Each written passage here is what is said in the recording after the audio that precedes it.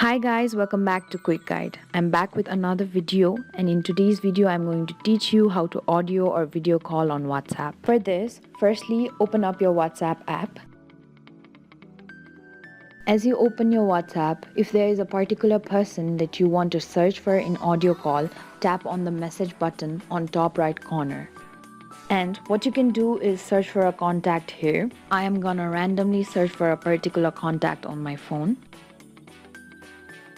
And then here now, how can you call that person is as soon as you land on the space section, you'll see an audio button on the top right corner.